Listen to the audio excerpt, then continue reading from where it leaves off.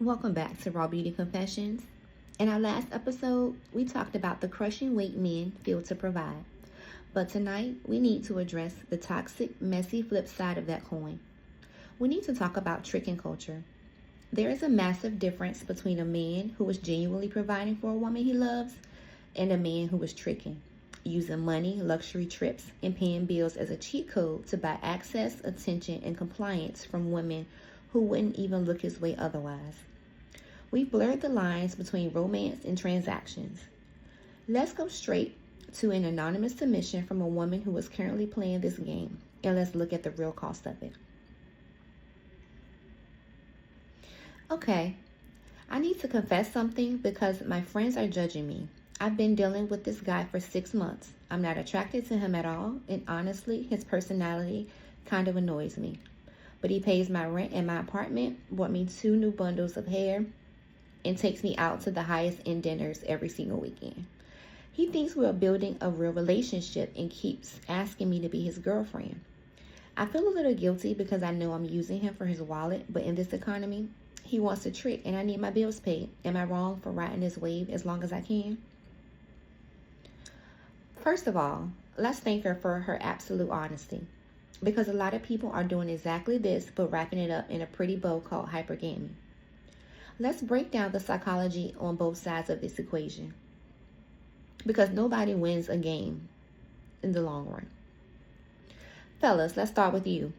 When you lead with your wallet because you think that's what a provider does, you're actually operating out of deep insecurity. You are subconsciously assuming that who you are as a man isn't enough to attract a woman, so you have to buy her presence. But here's the psychological trap. Money can buy you an audience, but it cannot buy you loyalty. The moment your bank account dips, or the moment a bigger trick comes along, she's gone, because her attachment was never to you. It was to your cash flow. You aren't providing, you're leasing her time.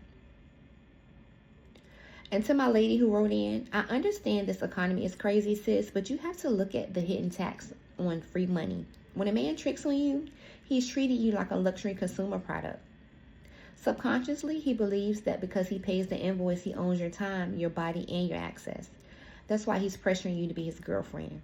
You are trading your genuine peace of mind, your morals, and your time for a lifestyle that could be turned off like a light switch the moment he gets tired of paying for someone who doesn't love him back. It's performance-based intimacy at its finest. And if you're not ready to play that game, you need to stop.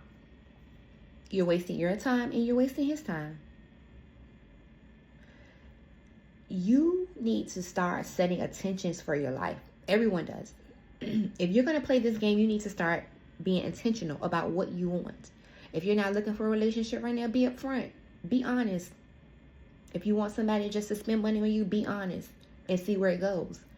But women have this mindset of, I want a sugar daddy, but no sugar. It does not work like that, sis. You're going to have to give up something for something.